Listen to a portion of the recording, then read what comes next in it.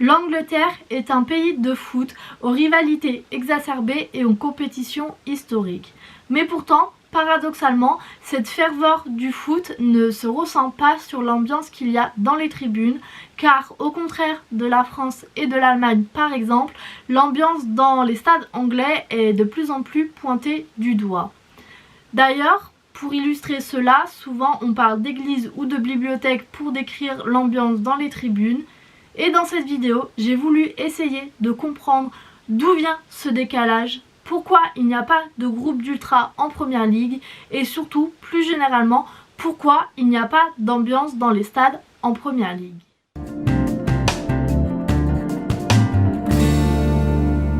Au début de cette explication, pour moi, il y a un contexte à comprendre en première ligue. L'Angleterre a été le berceau du hooliganisme et donc dans les années 70-80, on a eu une montée d'actes très violents de la part des supporters dans et en dehors des stades, ce qui a d'ailleurs conduit à des événements assez tragiques, plutôt connus dans le monde du foot. Face à cela, les autorités vont essayer de prévenir ce phénomène et donc instaurer plus de surveillance afin de favoriser la sécurité dans les stades. Il y aura donc plus de caméras de surveillance dans les stades. On va avoir des billets qui vont être nominatifs aussi à partir de ces années-là. Et donc, on va empêcher les supporters les plus violents de rentrer dans les stades. Pour moi, ce contexte est important, mais n'explique pas l'absence d'ambiance dans les tribunes. Parce que, oui, il n'y a pas d'ultra, mais relier cela au fait qu'on empêche les supporters violents de rentrer dans les stades ne me convient pas, parce que ça sous-entendrait que les ultras sont forcément violents, alors que l'on voit dans les autres pays en Europe que, oui, il y a de temps en temps des faits violents faits par certains supporters, mais ce n'est pas la majorité des ultras, avec qui ça se passe plutôt très bien. Pour moi, une des explications de ce manque d'ambiance en première ligue, c'est qu'avec ces lois pour augmenter la surveillance dans les stades, on a aussi eu une augmentation des prix des places et des abonnements.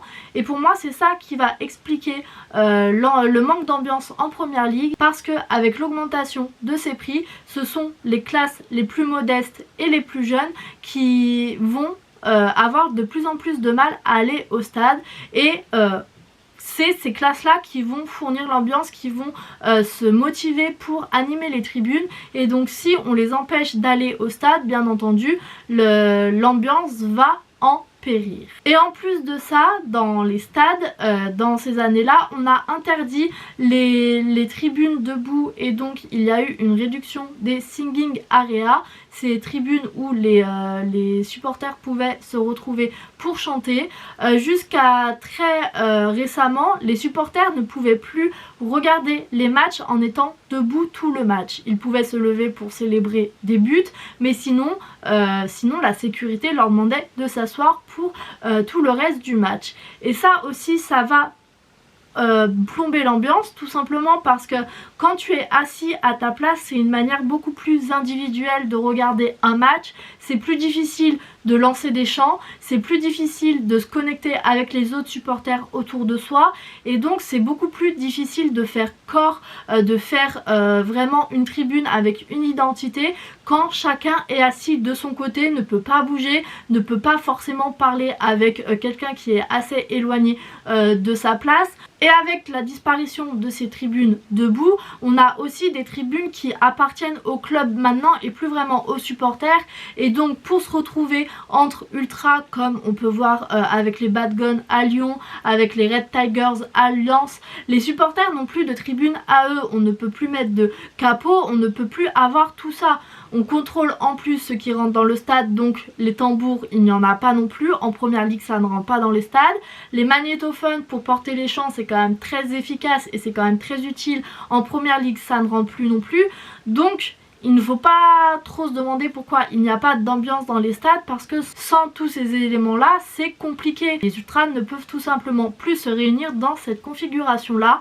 Donc pour moi, c'est déjà un premier élément qui explique ce manque d'ambiance. En plus de ça, on va avoir des stades qui vont être faits et designés d'une façon qui ne porte absolument pas l'ambiance. On va avoir des stades de plus en plus grands qui ne portent pas forcément le son, qui ne réverbèrent pas forcément le son, donc c'est compliqué aussi de faire résonner tout un stade quand on a des stades à 60 000 personnes sans réverbération du son, sans magnétophone. C'est compliqué d'avoir une ambiance qui monte dans le stade.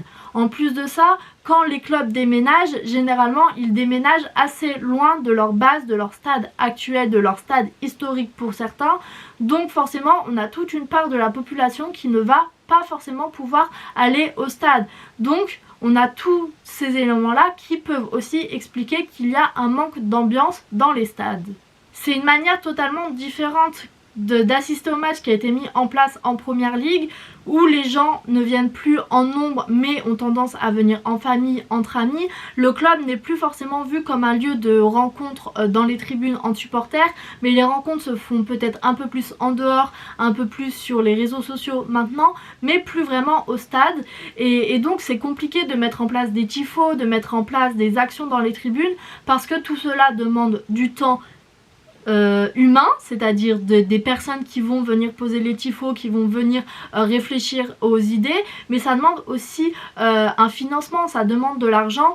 Donc si un supporter a une idée d'un tifo mais qu'il ne vient qu'avec sa famille, c'est compliqué de mettre en place ce tifo. Pareil pour les chants, si on ne fait pas chœur, si les supporters ne sont pas en lien entre eux, c'est compliqué d'avoir tous les supporters qui connaissent les mêmes paroles aux mêmes chansons. Donc c'est pour ça que l'ambiance aussi est détériorée en première ligue, parce que pour moi on a perdu au fil des ans vraiment cet esprit de corps qu'il y a dans les tribunes et dans le foot dans les autres pays.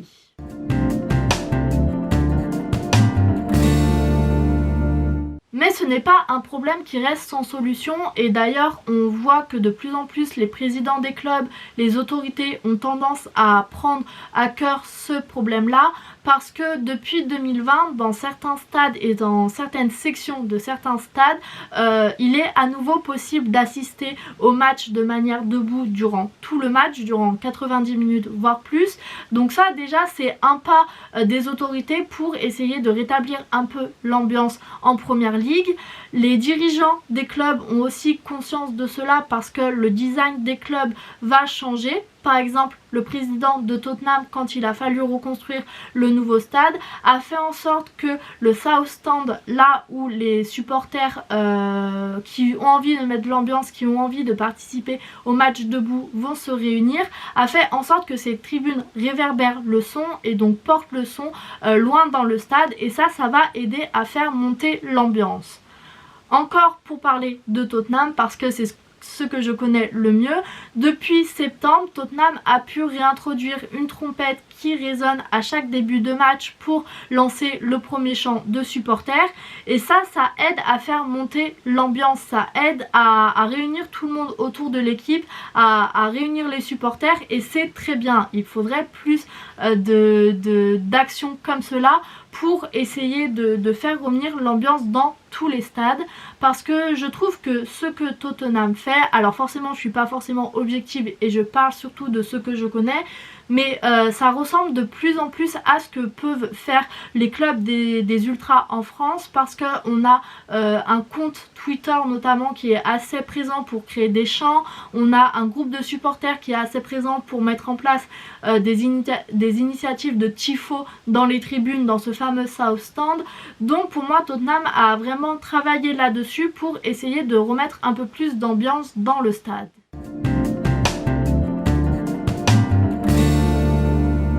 Pour finir, cette absence d'ultra n'est pas présente dans tous les clubs. Il y a un seul groupe d'ultra en première ligue, ce sont les ultras de Crystal Palace, les Holmesdale Fanatics, qui sont un groupe d'ultra reconnu en première ligue comme un groupe d'ultra.